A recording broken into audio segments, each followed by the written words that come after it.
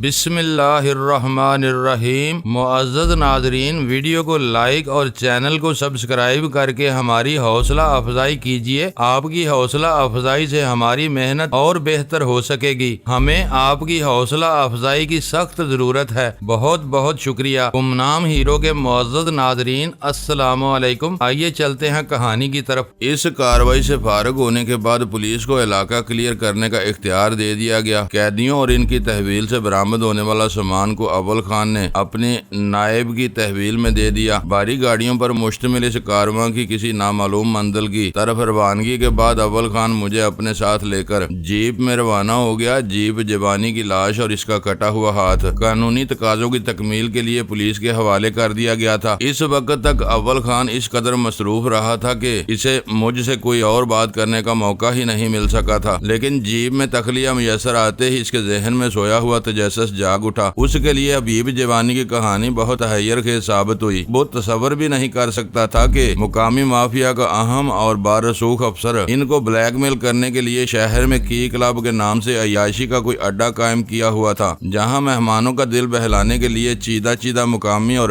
غیر ملکی لڑکیاں ملازم رکھی گئی تھی۔ وہ یہ حقیقت سن کر ششدر رہ گیا کہ ایک اہم پولیس افسر نے ماضی قریب میں ایک فاحشہ کی فرمائش پر اپنے محکمے کے خفیہ مواصلاتی رابطے کا ایک حساس اپریٹس چوری کر کے اس کے حوالے کر دیا تھا، جو آخر کار حبیب جوانی کے قبضے میں چلا گیا، اور محض اسی اپریٹس کی وجہ سے وہ لوگ تباہی کے دانے پر پہنچا دیے گئے تھے۔ اگر حبیب جوانی آخری مہم پر نکلتے ہوئے مجھے نظر انداز کرنے کا فیصلہ کر لیتا تو دنیا کی کوئی طاقت اس کی لائی ہوئی ہولناک جانی اور مالی بربادی کو نہیں ٹال سکتی تھی۔ وہاں ہر طرف ملبے اور انسانی جسموں کے چیتڑے ہی بکھرے ہوتے۔ اول خان نے اشتعال میں آ کر فوری طور پر کی کلب جیسے خطرناک اڈے کی بے کنی کا ارادہ ظاہر کیا تو میں نے مسکراتے ہوئے اسے مطلع کیا کہ میں وہ نیک کام کافی عرصے پہلے سر انجام دے چکا تھا۔ اس کا مطلب ہے کہ تمہیں اتنی طویل مدت سے حبیب جوانی کے وجود اور اس کے سیاہ کرتوتوں کا علم تھا۔ اس نے چبھتے ہوئے لہجے میں احتجاج کیا۔ یہ بہت پرانی بات نہیں ہے، لیکن وہ میری مہم جوئی کا ابتدائی زمانہ تھا۔ میں کی کلب کے بڑے لوگوں کی عیاشی اور اس کے مالکان کی باری آمدنی کا ایک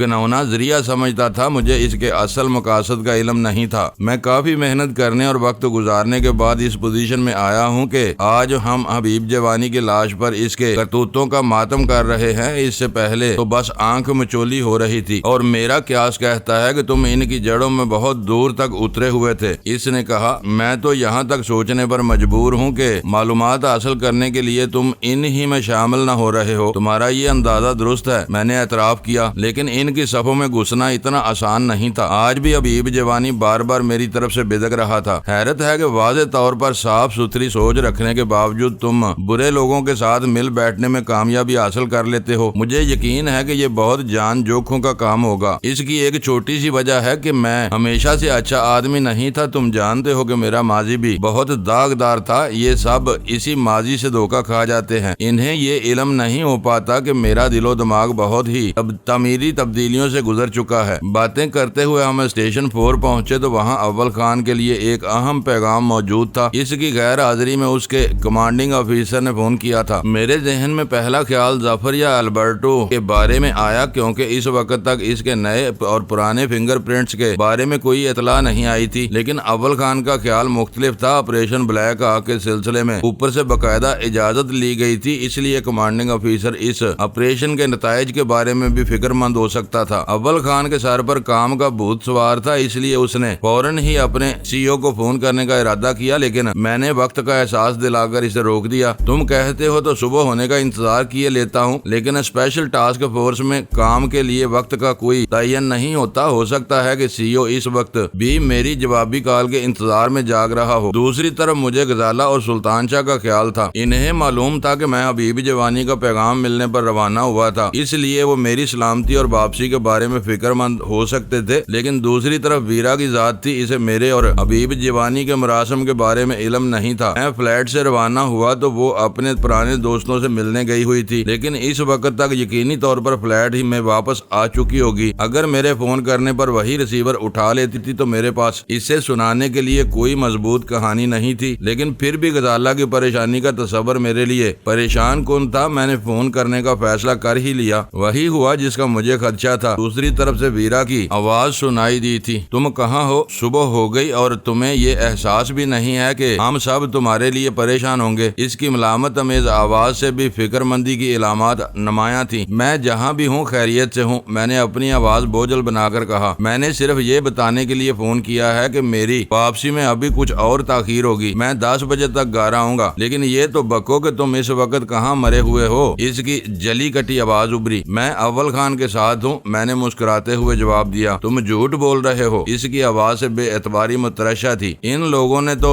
بتایا تھا کہ تم کسی نامعلوم شخص کی فون کال پر عجلت میں فلیٹ سے روانہ ہوئے تھے۔ وہ اول خان ہی کی کال تھی۔ میں نے اسے سمجھانا چاہا۔ اول خان کب سے نامعلوم شخص ہو گیا؟ اس کے بارے میں اتنی رازداری کی کیا ضرورت تھی؟ واپس آ کر سب کچھ بتا دوں گا۔ اس وقت میری خطا معاف کر دو۔ تم جہنم میں جاؤ، تمہارے بارے میں سوچنا اپنی ذات کو گھن لگانے کے برابر ہے۔ اس نے میرا جواب سننے کی زحمت کیے بغیر اچانک ہی فون بند کر دیا۔ میں نے مسکراتے ہوئے ریسیور کریڈل پر رکھ دیا۔ بابی سے بات کر رہے تھے؟ اول خان نے گہری سنجیدگی کے ساتھ سوال کیا۔ ارے نہیں، وہ بیچاری تو بہت سیدھی سادی ہے۔ اس وقت ویرا نے ٹیلی فون اٹھایا تھا۔ ویرا تو کیا وہ اتنی صبح بیدار ہو جاتی ہے؟ اول خان نے حیرت سے پوچھا۔ وہ میرے انتظار میں شب بیداری کر رہی ہے۔ میں نے اسے آگاہ کیا۔ یہ کوئی اچھی بات نہیں ہے کہ ایک غیر عورت تمہارے بارے میں اس قدر فکر مندی کا مظاہرہ کرے۔ اس نے اپنی دو ٹوک رائے ظاہر کر دی۔ ویرا کے اس رویے سے بابی کو ضرور تکلیف ہوتی ہوگی۔ غزالہ میری اور اس کی دوستی کی مصلحتوں اور نزاکتوں سے خوب واقف ہے۔ تمہارا ذاتی معاملہ ہے، مجھے اس سے زیادہ دلچسپی نہیں ہونی چاہیے۔ اب یہ بتاؤ کہ ویرا نے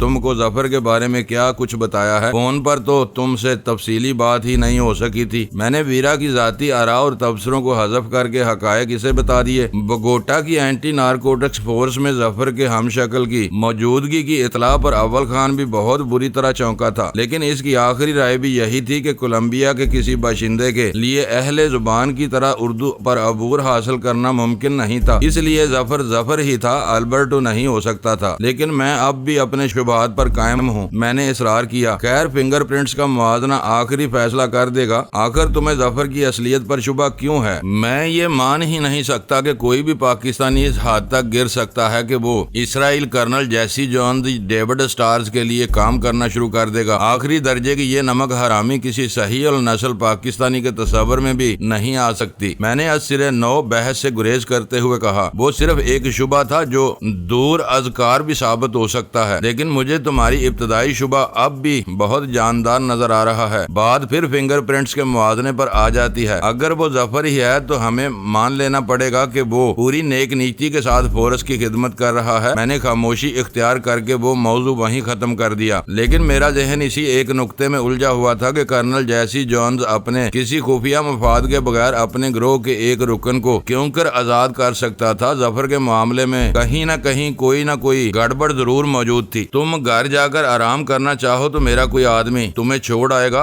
اول خان نے پیشکش کی۔ میں تمہاری اور سی او کی گفتگو ہونے تک یہاں رکنا چاہتا ہوں، میں نے ہنستے ہوئے کہا۔ اسی وجہ سے میں نے ویرا کو 10 بجے واپسی کی اطلاع دی تھی۔ اس سے کیا فرق پڑتا ہے؟ میں فون پر تمہیں اس گفتگو کے نتیجے سے آگاہ کر دوں گا۔ اس وقت تک ویرا میری زندگی عذاب بنا دے گی۔ میں ظفر کے بارے میں ٹھوس معلومات حاصل کیے بغیر گھر واپس گیا تو وہ میری رات بھر کی غیر حاضری کے بارے میں جرا کر کے مجھے پریشان کر دے گی۔ تو کیا تم اسے مافیا کی کہانی نہیں سناؤ گے؟ اس نے حیرت سے پوچھا۔ میں مافیا کو کیا جانوں؟ میں نے ایک آنکھ دبا کر کہا۔ وہ سب تمہارا کھیل بکھیڑا تھا، اسی وجہ سے مجھے تمہاری واپسی کا انتظار کرنا پڑا۔ ضرورت ہوئی تو اپنا بھی ہلکا پھلکا کردار پیدا کر لوں گا۔ آپس کے اعتماد اور بے اعتمادی کا ایسا خطرناک امتزاج میں نے آج تک نہیں دیکھا۔ وہ ایک گہرا سانس لے کر بولا اور میں وہاں سے اٹھ گیا۔ میں ریٹائرنگ روم کی کھڑکیوں کے دبیز پردے کھینچ کر آرام دہ دیوان پر دراز ہوا تو تھوڑی ہی دیر میں میری آنکھ لگ گئی۔ پھر 9 بجے اول خان نے ہی نرمی کے ساتھ مجھے بیدار کیا۔ تمہیں 10 بجے گھر پہنچنا ہے، منہ ہاتھ دھو لو تو میں تمہارے سامنے ہی سی او سے بات کر لوں۔ اس نے کہا۔ ابھی تو اندھیرا ہے، کیا تمہارا سی او بیدار ہو گیا ہوگا؟ مجھے یوں محسوس ہو رہا تھا جیسے مجھے چند منٹ بعد ہی کچی نیند سے جگا دیا گیا ہو۔ اندھیرا صرف اس کمرے میں ہے، باہر سورج بہت اوپر جا چکا ہے کیونکہ اس وقت 9 بج رہے ہیں، جبکہ ہمارے دفتری اوقات 7 بجے سے شروع ہو جاتے ہیں۔ اول خان نے ٹہلتے ہوئے کہا۔ میں چھلانگ مار کر دیوان سے نیچے آ گیا، غسل خانے سے ہاتھ منہ دھو کر باہر نکلا تو ہلکا پھلکا لیکن گرم گرم ناشتہ میرا منتظر تھا۔ میں ناشتے سے فارغ ہو کر اب فوراً ہی اول خان کے دفتر میں پہنچ گیا۔ میں نے وہاں بیٹھ کر سگریٹ سلگا لی اور اول خان نے اسپیکر فون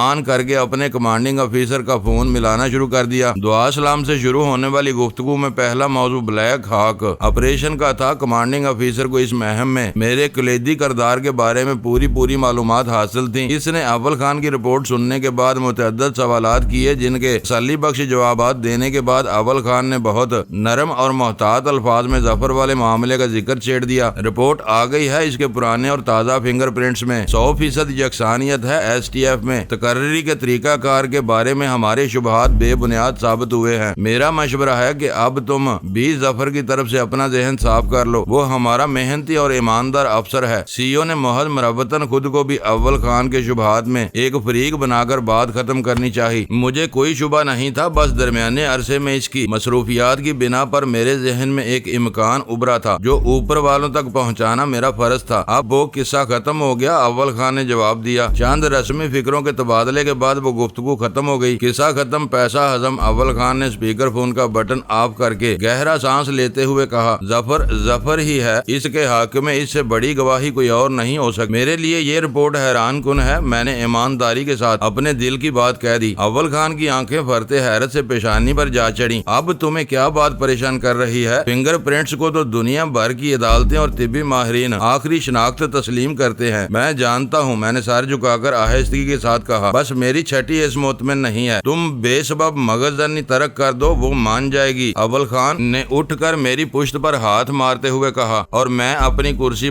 چھوڑ دی۔ اول خان اس وقت فارغ تھا، اس لیے اس نے خود ہی مجھے فلیٹ تک پہنچانے کی پیشکش کی، جو مجھے قبول کر لینی پڑی، لیکن راستے میں ہمارے درمیان کوئی قابل ذکر تبادلہ خیال نہیں ہو سکا۔ میرے پاس فلیٹ کے دروازے کی چابی موجود تھی، اس لیے میں ڈور بیل بجائے بغیر قفل کھول کر اندر داخل ہوا تو ویرا اپنی خوابگاہ کے دروازے پر انڈوں سے باغی ہوئی کڑک مرغی کی طرح پھولی ہوئی کھڑی تھی، جبکہ پورے فلیٹ میں سناٹا چھایا ہوا تھا۔ چوروں کی طرح آئے ہو، معلوم ہوتا ہے کہ کہیں سے مار کھا کر لوٹے ہو، ویرا نے احتجاجیہ لہجے میں کہا۔ وہ دونوں کہاں ہیں؟ میں نے اس کے تبصرے کو نظر انداز کرتے ہوئے سوال کیا۔ تم جیسے غیر ذمہ دار آدمی کی فکر میں کوئی بھی زیادہ دیر تک اپنا خون نہیں سکھا سکتا۔ طویل انتظار سے اکتا کر وہ دونوں اپنے اپنے ٹھکانوں پر سو رہے ہیں، وہ تل ملائے ہوئے انداز میں بولی۔ میں نے باری باری دیکھا کہ غزالہ کی خوابگاہ اور ڈرائنگ روم میں دروازے بند تھے۔ میری دانست میں ان دونوں کو سوئے ہوئے زیادہ دیر نہیں گزری تھی، اس لیے ان کی نیند میں دخل انداز ہونا مناسب نہیں تھا۔ دوسری طرف غزالہ کی عدم موجودگی سے فائدہ اٹھاتے ہوئے میں بہتر طور پر ویرا کا غصہ کافور کر سکتا تھا، اس لیے میں نے اسی کے کمرے کا رخ کیا، لیکن وہ مجھے اندر جانے کا راستہ دیے بغیر دروازے پر جمی کھڑی رہی۔ ویرا کے منہ سے جن کی ہلکی سی بو آ رہی تھی اور کمرے کی فضا بھی اسی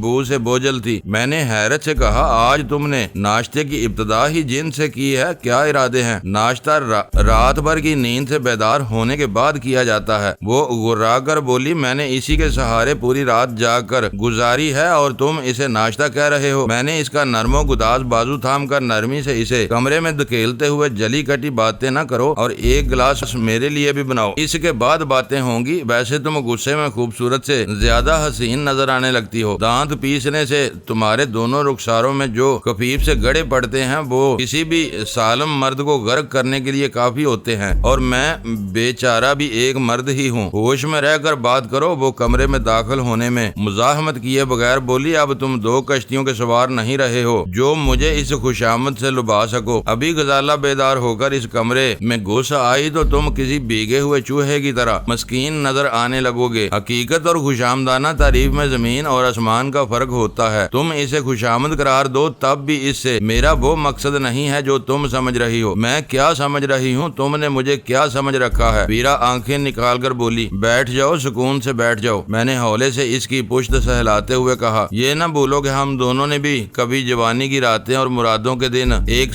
دوسرے کے ساتھ گزارے ہیں۔ میں نے آج تک تم جیسا غیر ذمہ دار اور ناخلف شخص نہیں دیکھا۔ وہ بدستور بگڑی ہوئی تھی، لیکن اس نے کرسی سنبھال لی تھی۔ میں ہنس پڑا۔ آج تم پھنس گئی۔ ناخلف کا لفظ اولاد کے لیے استعمال ہوتا ہے، دوسروں کے لیے نہیں۔ اہل زبان نہ ہونے کا اظہار اسی وقت ہوتا ہے جب روزمرہ کے معمولی الفاظ استعمال کرنے پڑتے ہیں۔ بعض مرد بھی اپنی جبلی کمزوریوں کی بنا پر اپنی محبوباؤں کے سامنے اس بری طرح ممیانے لگتے ہیں کہ انہیں بلا جھجک اولاد کے زمرے میں شمار کیا جا سکتا ہے۔ کم از کم میں ایسے مردوں میں شامل نہیں ہوں۔ میں نے اپنے گلاس میں برف کے ڈلے ڈالتے ہوئے کہا، تم بھی بہت سور اور بے شرم ہو۔ وہ کوئی پرانی بات یاد کر کے اچانک مسکرا دی۔ خدا کا شکر ہے کہ تمہارے رخساروں کے کنویں تو غائب ہوئے۔ میں نے جلدی سے کہا رخساروں کے کنویں؟ اس نے تعجب کے ساتھ بمیں چڑھا کر سوال کیا۔ یہ فارسی کے چاہے غب غب کا سلیس ہے، سلیس اردو ترجمہ ہے۔ میں نے سنجیدگی سے کہا آج تمہیں زبان، الفاظ، محاورے اور ترجمے کیوں یاد آ رہے ہیں؟ اس کا موڈ قدرے بحال ہو چلا تھا۔ ظفر کے نئے اور پرانے فنگر پرنٹس یکساں ہیں۔ اب یہ دیکھنا باقی رہ گیا ہے کہ کیا اسے اردو زبان پر واقعی ہم لوگوں جیسا عبور حاصل ہے۔ میں نے اپنے ذہن میں چکرانے والی بات اس کے سامنے اگل دی۔ لا حول ولا قوت۔ وہ برا سا منہ بنا کر بولی شاید تمہاری عقل چل گئی ہے۔ فنگر پرنٹس کی رپورٹ آ جانے کے بعد اب کیا باقی رہ گیا ہے؟ اور ہاں، میں نے اس کی بات درمیان ہی سے اچک لی۔ عقل چلنے کا محاورہ بھی ظفر کا اچھا امتحان ثابت ہو سکتا ہے، کیونکہ چلنے کا لغوی مفہوم راستوں اور فاصلوں سے وابستہ ہے۔ تم نے ابھی تک یہ نہیں بتایا کہ تم نے رات کہاں بسر کی تھی؟ اس نے میری سنی انسنی کر کے پوچھا۔ میرے سر پر ظفر کا بھوت سوار تھا اور میں اسی کے بارے میں معلومات حاصل کرنے کے لیے اسٹیشن 4 گیا تھا، لیکن میرے پہنچنے سے پہلے وہاں دوسرا چکر شروع ہو چکا تھا جس نے رات برباد کر دی۔ بولتے رہو، میں سن رہی ہوں۔ میری خاموشی پر اس نے لقمہ دیا۔ جن اور ٹانک واٹر کے متوازن محلول کا ایک بڑا گھونٹ اپنے معدے میں اتارنے کے بعد میں نے کہا آج شہر میں ایک بہت بڑی کارروائی کی گئی ہے۔ اوپر سے آنے والے احکام کی روشنی میں ہیروئن کا بھاری ذخیرہ پکڑا گیا ہے۔ اول خان اسی کارروائی میں مصروف تھا۔ مقامی منشیات فروش بھاری ذخیرہ جمع کرنے کا خطرہ مول نہیں لیتے، مال آتے ہی تیزی کے ساتھ نکاسی کے اڈوں پر پھیلا دیتے ہیں۔ وہ ایکسپورٹ کرنے والے بڑے لوگ رہے ہوں گے۔ پتہ نہیں، میں نے بے پرواہی کے ساتھ کہا۔ یہ سب دھندے ٹریڈ لائن نامی کسی دفتر کی آڑ میں ہو رہے تھے۔ 2 آدمی مرے ہیں، چند زخمی ہوئے اور باقیہ گرفتار کر لیے گئے۔ اب قیدیوں سے باز پرس کے بعد ہی پوری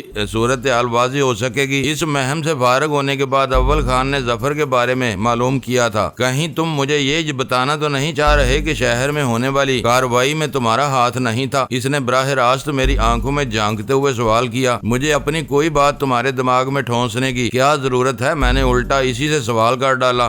مجھے اڑتی اڑتی خبریں مل رہی تھی کہ مافیا یہاں جڑ پکڑتی جا رہی ہے۔ ایک زمانے میں وہ لوگ تمہارے پشت پناہ بھی بنے ہوئے تھے۔ وہ درمیان میں نہ آتے تو میرے آدمی شاید تمہیں پناہ کر چکے ہوتے۔ کہیں ایسا تو نہیں کہ شی کے قدم اکھاڑنے کے بعد اب تم اپنے پرانے محسنوں پر ٹوٹ پڑے ہو؟ تم اچھی طرح جانتی ہو کہ میرا ان سے کوئی تعلق نہیں تھا، میں نے چڑچڑے لہجے میں کہا۔ انہوں نے میری مرضی یا میری خواہش کے بغیر مجھے تحفظ فراہم کیا تھا۔ مجھ سے جوابی تعاون نہیں ملا تو وہ خود ہی مجھ سے نا امید ہو کر غائب ہو گئے۔ تم مجھ پر بلا وجہ یہ الزام تراشی کیوں کر رہی ہو؟ جب سے تمہاری اور اول خان کی دوستی ہوئی ہے، اسپیشل ٹاسک فورس کو پراسرار طور پر بہت زیادہ کامیابیاں حاصل ہونے لگی ہیں۔ اس نے چبھتے ہوئے لہجے میں کہا۔ سب سے بڑی کامیابی تو تمہارے تعاون سے ہوئی ہے۔ بلیو کراس ڈیل کے بارے میں نے تم کو اول آخر باخبر رکھا تھا۔ تم مافیا کی کون سی ہمدردی یا خیر خواہ ہو جو میں تم سے اپنے کارنامے چھپاتا پھروں گا؟ مشکل یہی ہے کہ تمہارے عزائم کو بروقت سمجھنا ناممکن ہوتا ہے۔ بات سمجھ میں آتی ہے تو پانی سر سے گزر چکا ہوتا ہے۔ اب کچھ نہیں کہا جا سکتا کہ مافیا کو خاک چٹوا کر تم کیا کرنا چاہ رہے ہو۔ قابل غور بات یہ ہے کہ ایسے واقعات رونما ہونے کے وقت تم اپنی چھات کے نیچے کبھی محو خواب نہیں ہوتے۔ تم پچھلی رات کی ایک بڑی کارروائی کی خبر سنا رہے ہو اور وہ رات بھی تم نے گھر سے غائب رہ کر گزاری ہے۔ تم مفروضہ باتوں پر لٹھ لے کر ظفر کے پیچھے گھوم رہے ہو اور مجھ سے یہ توقع رکھتے ہو کہ میں سامنے کی باتیں نظر انداز کر کے تمہیں معصوم مان لوں۔ تم پھر الزام تراشی کر رہی ہو۔ میں نے احتجاج کیا۔ ابھی تو اول خان کو بھی یہ معلوم نہیں ہے کہ مارے اور پکڑے جانے والوں کا تعلق کس گروہ سے ہے اور تم مسلسل انہیں مافیا والے قرار دیے جا رہی ہو۔ اس بحث پر لعنت بھیجو، چند روز میں سب کچھ سامنے آ جائے گا۔ چند روز کیا، شاید آج شام کے اخبارات میں ہی ساری خبریں آ جائیں گی۔ شام کے اخبارات؟ اس نے برا سا منہ بنایا۔ یہ اخبارات خبریں نہیں، اسکینڈل اور سنسنی خیز قیاس آرائیاں چھاپتے ہیں۔ ان کے پڑھنے سے بلڈ پریشر خواہ مخواہ بڑھنے لگتا ہے۔ تمہارے اخبارات جو کچھ کہتے ہیں مجھے اپنے ذرائع سے اصل کڑیاں مل جائیں گی۔ ان کڑیوں سے کہانی تیار کر لو تو مجھے بھی سنا دینا۔ میں نے ترشی مائل شیریں محلول کا اگلا گھونٹ لے کر کہا۔ اب یہ بتاؤ کہ پنڈی کب چل رہی ہو؟ وہ کس لیے؟ وہ میرے غیر متوقع سوال پر حیرانی کا اظہار کیے بغیر نہ رہ سکی۔ ظفر کی اردو دانی کے امتحان کے لیے میں اپنی خلش سے نجات حاصل کرنی چاہتا ہوں۔ اس کے لیے صرف تم ہی کافی ہو۔ چاہو تو غزالہ کو ساتھ لے جاؤ، وہ تم سے زیادہ اچھی اردو جانتی ہے، لیکن ہم دونوں ہسپانوی زبان سے نابلد ہیں۔ اگر وہ ظفر ہی ہے تو اسے ہسپانوی سے نابلد ہونا چاہیے۔ احمقانہ بات ہے، وہ سر جھٹک کر بولی۔ وہ مجھ سے ملاقات کے بعد بھی 1.5-2 سال تک کولمبیا میں رہا ہے۔ ہو سکتا ہے کہ اس دوران میں اس نے ہسپانوی سیکھ لی ہو، لیکن ٹھیٹھ ٹھیٹھ اور بامحاورہ ہسپانوی اس کی سمجھ سے باہر ہونی چاہیے۔ میں نے اصرار کیا، یہ بات مانی جا سکتی ہے کیونکہ اسپینش ایک مشکل زبان ہے، لیکن تم یہ تو بتاؤ کہ کرنا کیا چاہتے ہو؟ میں ولی نہیں ہوں جو تمہارے دل کی بات سمجھ لوں۔ اس نے میرے دلیل کو تسلیم کرتے ہوئے کہا، کوئی عورت ولی ہو ہی نہیں سکتی اور پھر تم۔ میں نے مزید کچھ کہنا چاہا لیکن اس نے اپنا خالی گلاس میرے سر پر مارنے کے لیے بلند کیا اور مجھے اپنی بات ادھوری چھوڑنی پڑ گئی۔ تم بعض اوقات لغو باتوں پر اتر آتے ہو۔ تمہارے سرحدی علاقوں میں ان پڑھ بوڑھیاں کئی عورتوں کے نام عقیدت سے لیتی ہیں اور وہ بھی سب اپنے اپنے دور کی نامور ولی گزری ہیں۔ اس نے برہمی سے کہا، وہ جھوٹ بولتی ہوں گی، ولی کے لیے مرد ہونا ضروری ہے۔ میں نے اسے سمجھانا چاہا لیکن وہ بفر گئی۔ دراصل ہم دونوں ہی اپنی اپنی جگہ درست ہیں۔ اسے سنبھالنے کے لیے مجھے فوراً وضاحت کرنی پڑ گئی۔ ولی صرف مرد ہوتا ہے، عورت اس درجے پر فائز ہو تو ولی نہیں ولیہ کہلاتی ہے۔ یہ سیدھا سا گرامر یا تذکیر و تانیث کا معاملہ ہے۔ تم بلا وجہ چڑھ رہی ہو۔ میں چاہتا ہوں کہ تم ظفر کو ایسے ہی کسی ہسپانوی شوشے میں الجھا دو، اس کی گتھی سلجھ جائے گی، میں تم سے سمجھ لوں گی۔ وہ فضا میں مکہ لہرا کر کھسیائے ہوئے انداز میں بولی، ضرور سمجھ لینا، میں نے دل ہی دل میں کہا اور پھر اسے اپنا منصوبہ سمجھانے لگا۔ ویرا نہ جانے کب سے پیے جا رہی تھی۔ کمرے میں ایک طرف گورڈنز کی ڈیوڈی بوتل خالی رکھی ہوئی تھی اور دوسری بوتل بھی نصف ہونے کو تھی۔ ٹانک واٹر کے خالی ڈبوں کی تعداد 1 درجن ہونے والی تھی، لیکن وہ واقعی بلا نوش تھی کہ اس کی زبان پر لکنت تھی، نہ ذہن پر کوئی مدہوشی طاری تھی۔ وہ میری ایک ایک بات بہت توجہ سے سن رہی تھی اور ایسے پیچیدہ سوال بھی کرتی جا رہی تھی جو سلطان شاہ جیسے پارسا کے ذہن کو چھو بھی نہیں سکتے تھے۔ 12 بجے کے قریب غزالہ بیدار ہوئی اور دیوانہ وار ویرا کے کمرے میں گھستی چلی آئی۔ بکھرے ہوئے ریشمی بالوں کے نیچے چمکتی ہوئی مخمور نگاہیں میرے چہرے پر جمی، میں ان کی تاب نہ لا سکا۔ مجھے ویرا کے ساتھ دن دہاڑے میں نوشی میں مصروف دیکھ کر اس کے تیور خراب ہو گئے تھے۔ وہ چند ثانیوں تک مجھے گھورتی رہی، پھر زبان سے ایک لفظ بھی کہے بغیر وہاں سے چلی گئی۔ جل تو جلال تو، میں نے بڑبڑاتے ہوئے اپنی کرسی چھوڑی تو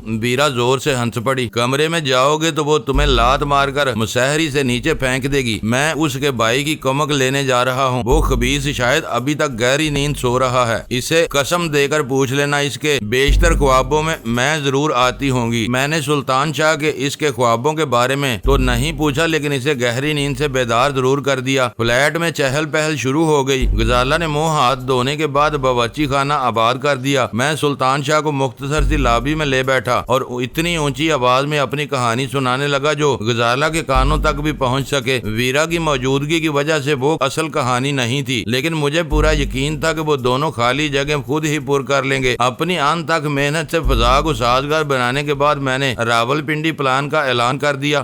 ظفر کے بارے میں میرے اندیشوں نے ان سب کو یکساں واقفیت حاصل تھی، اس لیے ویرا کی موجودگی کے باوجود ہم کھل کر اس سفر کی افادیت پر بحث کرتے رہے۔ میں ان میں سے کسی کو قائل تو نہیں کر سکا، لیکن میں نے غزالہ کو اس امر پر ضرور آمادہ کر لیا کہ وہ 2-4 روز کے لیے مجھے پنڈی جانے کی چھوٹ دے دے تاکہ میں اپنی سی آخری کوشش کرنے کے بعد اپنی ذہنی بوجھ سے چھٹکارا حاصل کر سکوں۔